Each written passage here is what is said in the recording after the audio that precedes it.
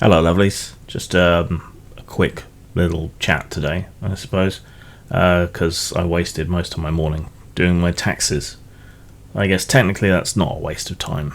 It gets it done and out of the way. And yes, this is, early for submitting taxes, but I hate having it hanging over me, So I like to get it out of the way. So let that be my reminder to you to get your taxes done as soon as possible. Next Grim game, which shouldn't be this weekend, but next, which is also when I'm meeting my Meat Space tabletop group, so hopefully I'll feel up to it, will be Iron Claw, which is an underrated game because it's seen as the furry game. I think it has a somewhat elegant system, though it's a bit clunky for online play because you have to roll multiple dice of different types and compare them. But we'll give it a go. And I've been posting the pre-generated character concepts on Twitter, on my personal Twitter. If you want to go and check those out, lots of people come out of the woodwork wanting to play furry games. Interesting. I had another bit of a health scare last Friday evening and over the weekend, just so you know. My blood pressure spiked at over 170, which it hasn't done for some time. It is still consistently high, despite an amount of blood pressure medication that has made people I know who are medical professionals or pharmacists and nurses and doctors, and it's shocked all of them that I can even function on that much. But the new one they swapped me to, because one of the others had horrible side effects, it basically doesn't seem to work.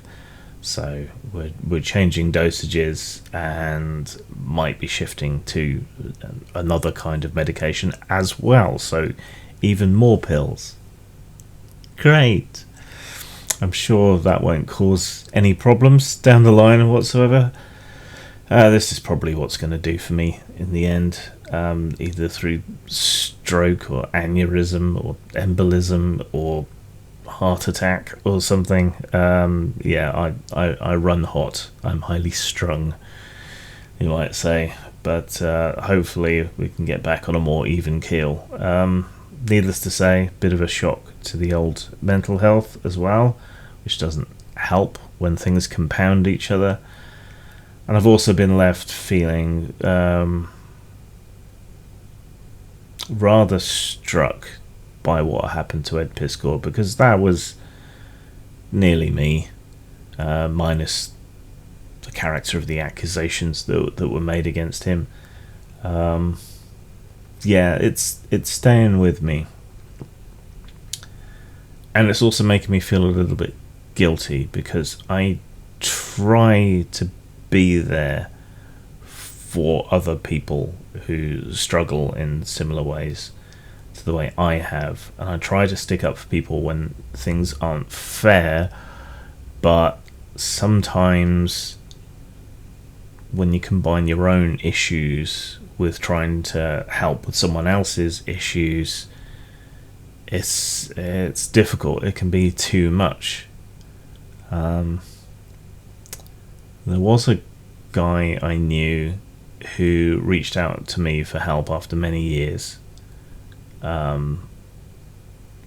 clearly in a bad way, and I couldn't cope with his problems on top of my own problems.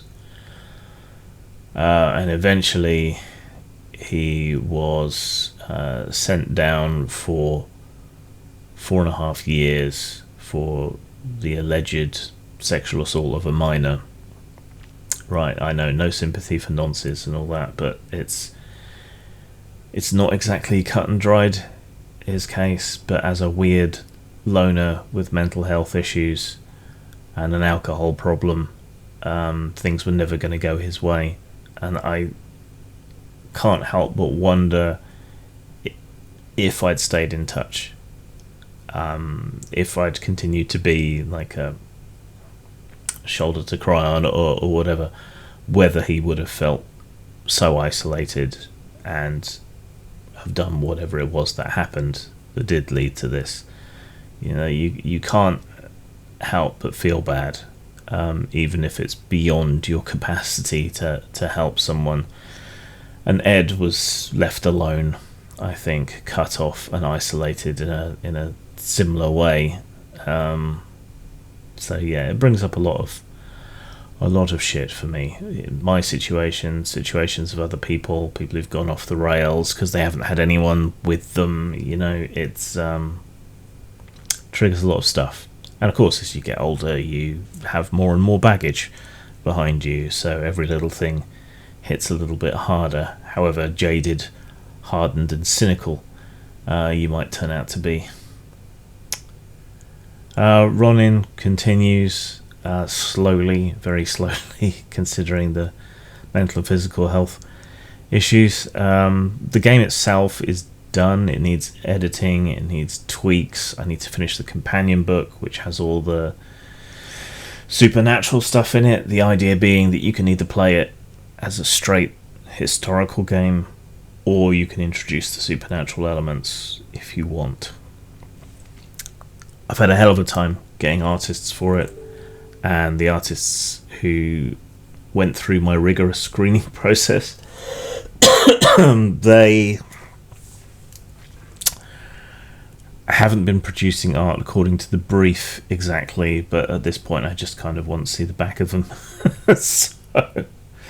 So there's that. Some have, of course, and some have exceeded expectations, but others haven't. Yeah, finding artists these days is a trial,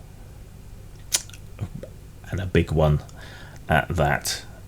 If I am to potentially hire real human artists who I know and who have passed my rigorous checks, I'll need to crowdfund, because it will take thousands of dollars to properly illustrate. Now, there is a lot of stock art and so on that could be used, and the game from which the inspiration was taken, Bushido, certainly used a lot of stock and historical illustrations, in so much as it had any illustrations back in the day. So do I do that?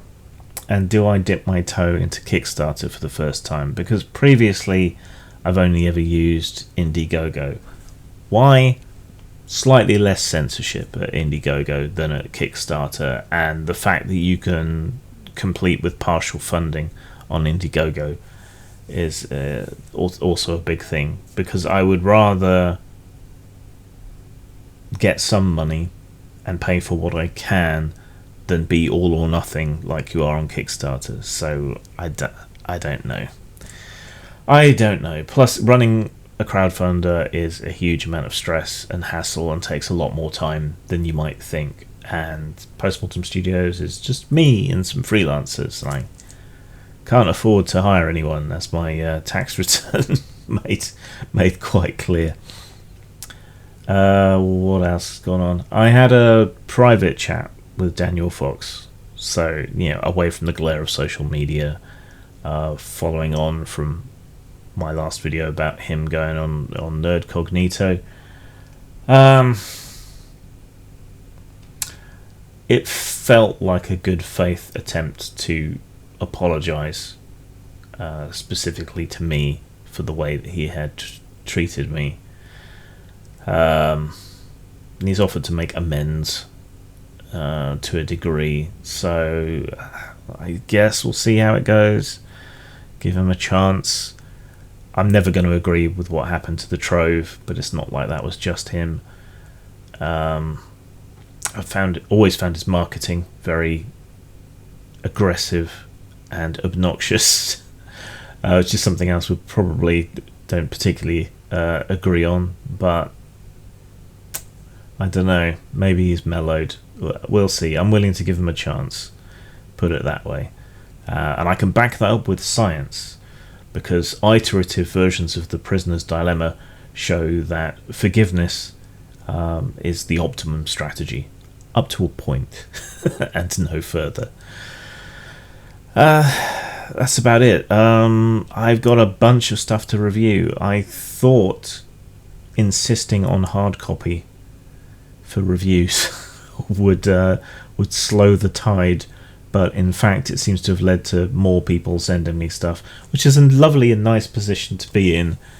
But it does start to sort of loom over me and threaten as the stack next to my bed gets higher and higher.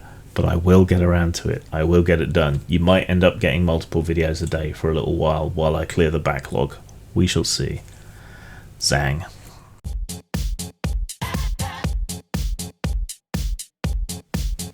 So, I'm reliably informed that I'm terrible at pimping my stuff. So here I am, pimping my stuff. You can buy most of that shit that I make over at post-mort.com. Hope to see you there.